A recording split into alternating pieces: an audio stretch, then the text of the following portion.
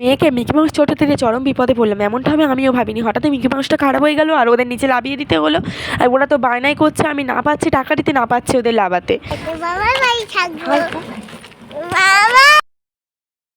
Hello বন্ধুরা, তোমরা সবাই কেমন আছো? আমি সুপ্রিয়া আবার চলে এসেছি নতুন একটা ব্লগ ভিডিও নিয়ে। তো ভিডিওটা শুরু থেকে শেষ পর্যন্ত অবশ্যই দেখতে দেখো। আজ চলে এসেছি আমার বাপের বাড়ি। আজ ছিল আমার বাবার বাড়িতে কালী পূজা। তো দেখো আমরা সবাই মিলে রেডি হয়ে চলে এসেছি মেলায় ঘুরতে। এখনও ঠাকুর মণ্ডপে এসে কিন্তু পৌঁছায়নি, মা আছে এখন রাস্তায়। তো চলো মেলায় যাওয়া যাক। বাচ্চা থেকে বড় সবার জন্য আইসক্রিমের প্রতি একটা আলাদাই একটা টান। তো মেয়ে বললো যে মা আইসক্রিম কিনে দেবো। আমি বারণ করলেন যে মনে আইসক্রিম খাস না, খেলে কিন্তু ঠান্ডা লেগে যাবে। তার সত্ত্বেও মেয়ে শুরু না, মেয়ে আর আমার বোনকে দুটো আইসক্রিম কিনে দিলাম, দুজনে দুটো। ব্যাস দেখো না আইসক্রিমকে কত খুশি, এদিকে সোয়েটার পরে আছে আর এদিকে আইসক্রিম খাচ্ছে, তাই না?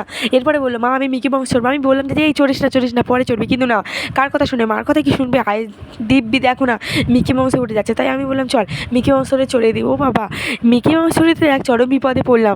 গিয়ে উঠে দেখি না ওপর থেকে ওরা আর কেউ লাফতেই চাইবে না, চড়বেও না। দেখো ওপরে গিয়ে দুজনে চুপ করে একঠাই বসে আছে, বলছে যে মা আমি কিন্তু লাভবো না ওপর থেকে, আর আমি মিকি মাউসও চড়বো না। তুই বলো তো, বিশাল একটা ঝামেলায় বললাম। সবে না তুলতে ওরা নাকি এক্ষুনি নিচে নেমে যাবে। দেখো দুজনে কেমন বসে আছে।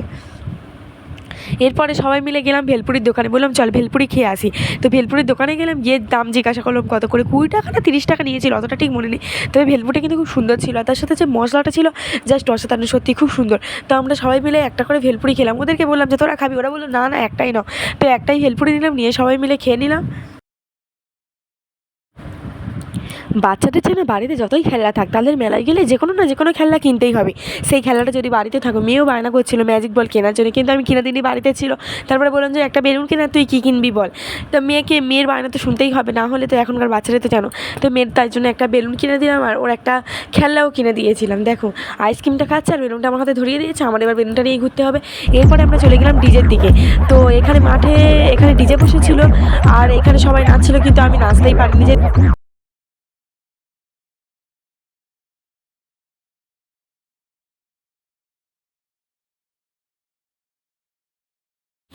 রাত তখন প্রায় অনেক বাজে, রাত প্রায় তখন 11টা কি 12টা কিংবা ওই রকম বাজে।